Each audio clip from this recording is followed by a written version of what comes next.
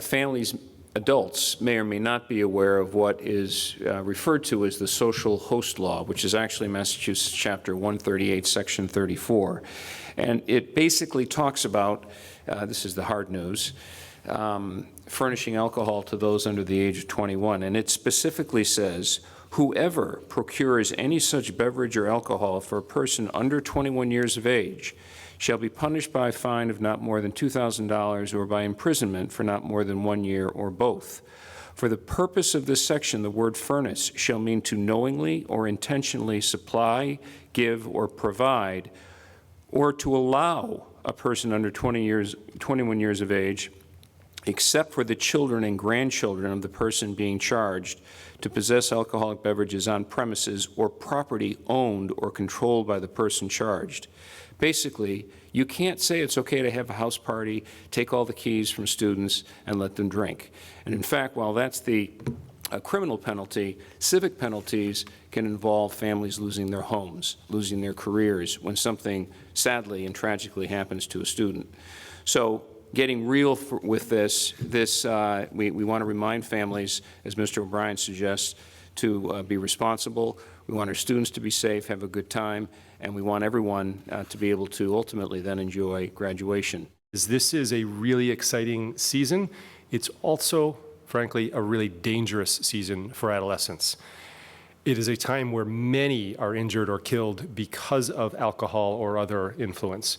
As parents, it is absolutely essential that you make those tough decisions to not allow those to happen.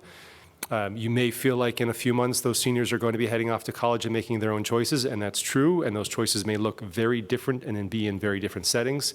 And as Dr. Gutekanst noted, you will not be criminally liable for them or civilly liable for them. It will not be illegal for you to be involved in this. Let the process play out on the timeline that makes sense for your kids, and don't rush it and don't force it and don't think you're being the cool parent by providing access to it. And know where your children are going before and after some of these events. Know the parents, know who's going to be present, know what the expectations are as far as alcohol, with no alcohol being the expectation. Have those conversations. We see routinely in our district studies, our surveys, that parents want to hear from each other when there are gatherings of any sort happening, and we hear just as consistently, they don't think that others want to hear.